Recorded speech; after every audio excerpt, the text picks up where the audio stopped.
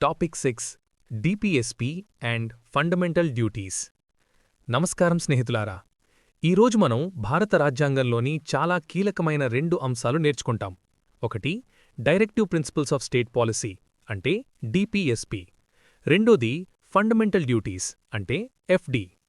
అయితే మన రాజ్యాంగం 3 పిల్లర్స్ మీద నిలబడి ఉంది. ఒకటి, పౌరులకిచ్చిన హక్కులు, ఫండమెంటల్ రైట్స్. రెండోది, ప్రభుత్వానికి చెప్పిన మార్గదర్శకాలు, డిపిఎస్పి. మరోటి, మనం దేశం కోసం చేయాల్సిన ఫండమెంటల్ డ్యూటీస్. ఈ మూడింటి మధ్య సమతుల్యం ఉంటేనే ఒక మంచి ప్రజాస్వామ్య దేశం, వెల్ఫేర్ స్టేట్ ఏర్పడుతుంది. అయితే డిపిఎస్పి అంటే ఏమిటి అనే ప్రశ్నకు సమాధానం చూద్దాం. భారత రాజ్యాంగంలో ప్రభుత్వానికిచ్చిన మార్గదర్శక సూత్రాలు మరియు లక్ష్యాలు.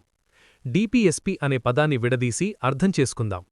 డైరెక్టివ్ అంటే దిశ చూపించేది, ప్రిన్సిపల్స్ అంటే మౌలిక సూత్రాలు, స్టేట్ పాలసీ అంటే ప్రభుత్వ విధానాలు, అంటే ప్రభుత్వం దేశాన్ని ఏ దిశలో పాలించాలి, ప్రజల జీవన ప్రమాణాలు ఎలా మెరుగుపరచాలి, పేదరికం ఎలా తగ్గించాలి, సామాజిక ఆర్థిక న్యాయం ఎలా తీసుకురావాలి.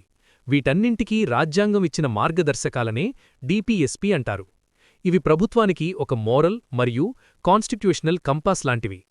డిపిఎస్పి ఆర్టికల్ రేంజ్ 36 నుంచి 51 వరకు.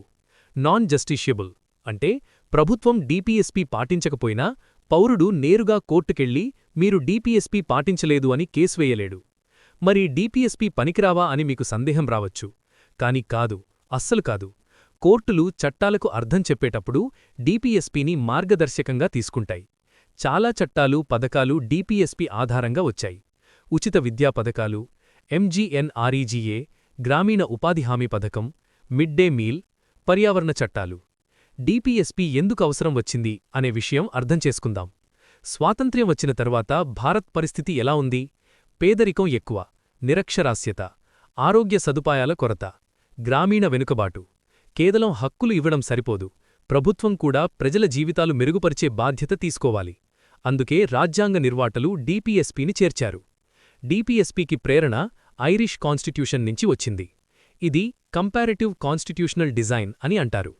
ఇప్పుడు డిపిఎస్పిలో ముఖ్యమైన కొన్ని కీలక ఆర్టికల్స్ని సింపుల్గా చూద్దాం.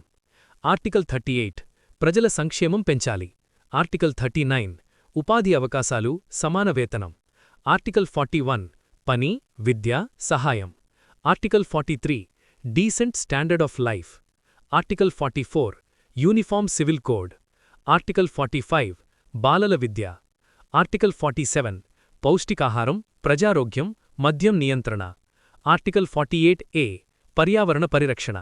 ఇవన్నీ కలిపి వెల్ఫేర్ స్టేట్ లక్ష్యాన్ని చూపిస్తాయి. ఇప్పుడు డిపిఎస్పి క్లాసిఫికేషన్ గురించి చూద్దాం.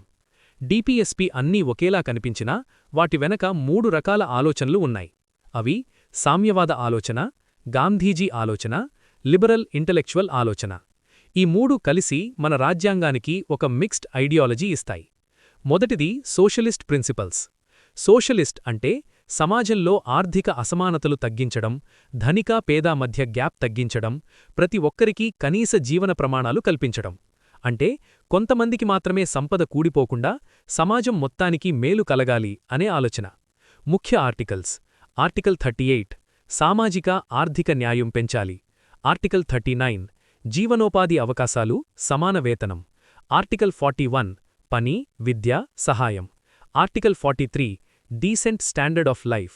Real life examples. ఎంజీఎన్ఆర్ఈజీఏ గ్రామీణ ఉపాధి హామీ పథకం. మినిమం వేజెస్ యాక్ట్ కార్మికులకు కనీస వేతనం. మిడ్ డే మీల్ పేద పిల్లలకు పోషకాహారం. సారాంశం: సోషలిస్ట్ డిపిఎస్పి లక్ష్యం వెల్ఫేర్ స్టేట్ నిర్మాణం, పేదరికం తగ్గింపు మరియు ఆర్థిక సమానత్వం. రెండోది గాంధీయన్ ప్రిన్సిపల్స్. గాంధీయన్ ప్రిన్సిపల్స్ అంటే మహాత్మాగాంధీ గారి గ్రామ స్వరాజ్య భావన, గ్రామాల అభివృద్ధి, నైతికత, సరళ జీవనం. అంటే భారతదేశం అభివృద్ధి కావాలంటే గ్రామాల నుంచే మొదలవ్వాలి అనే ఆలోచన. ముఖ్య ఆర్టికల్స్. ఆర్టికల్ 40 గ్రామ పంచాయతీలు. ఆర్టికల్ 46 బలహీన వర్గాల రక్షణ, ఎస్సీ ఎస్టీ. ఆర్టికల్ 47 మద్యపాన నియంత్రణ, ప్రజారోగ్యం. ఆర్టికల్ 48 గోవుల సంరక్షణ, పశు సంరక్షణ. Real life examples.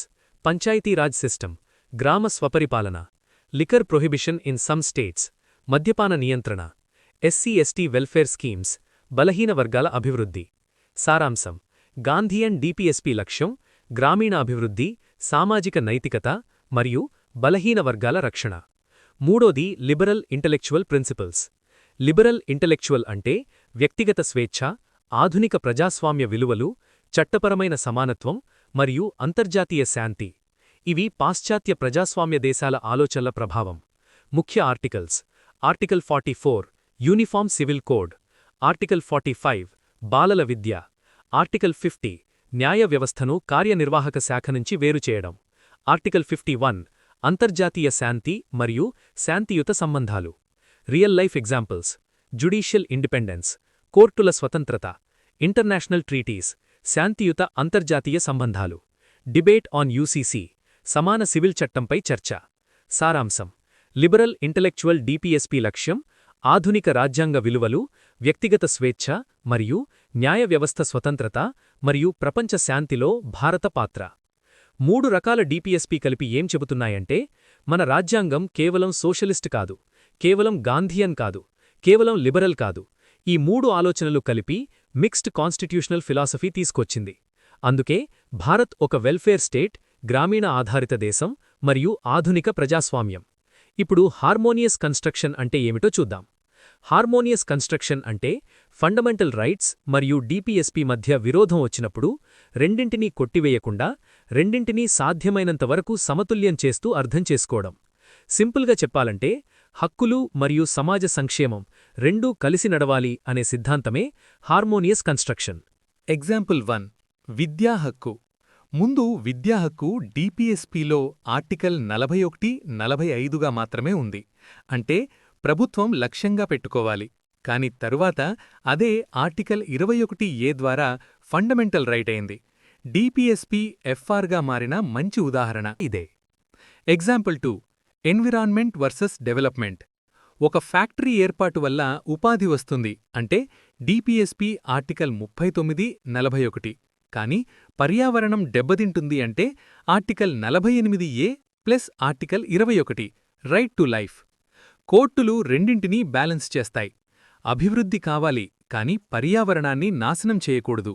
ఇదే హార్మోనియస్ కన్స్ట్రక్షన్ అంటే హక్కులు మాత్రమే కాదు, సమాజ లక్ష్యాలు కూడా రాజ్యాంగ మౌలిక నిర్మాణంలో భాగమే.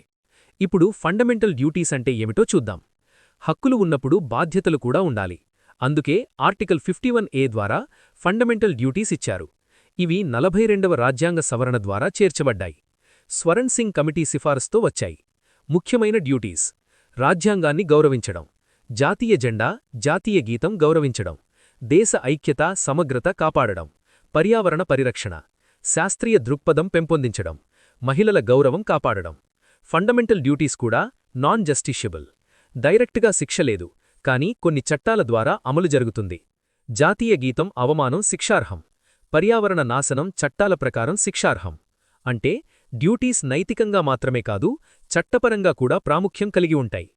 Fundamental rights plus DPSP plus FD = complete citizenship model.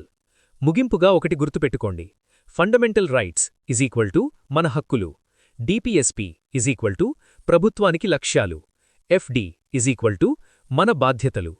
ఈ 3 కలిసి హక్కులు ఉన్న పౌరుడు, బాధ్యత ఉన్న పౌరుడు, సంక్షేమ రాజ్యం అనే పూర్తి రాజ్యాంగ దృష్టిని సృష్టిస్తాయి. డిపిఎస్పి అంటే ప్రభుత్వానికి దారి చూపే మ్యాప్. ఫండమెంటల్ రైట్స్ అంటే పౌరుల స్వేచ్ఛ. ఫండమెంటల్ డ్యూటీస్ అంటే పౌరుల బాధ్యతలు. కోర్టులు ఫండమెంటల్ రైట్స్ మరియు డిపిఎస్పి మధ్య హార్మోనియస్ కన్స్ట్రక్షన్ ద్వారా సమతుల్యం చేస్తాయి. ఈ 3 కలిసి నడిచినప్పుడే నిజమైన ప్రజాస్వామ్యం పనిచేస్తుంది.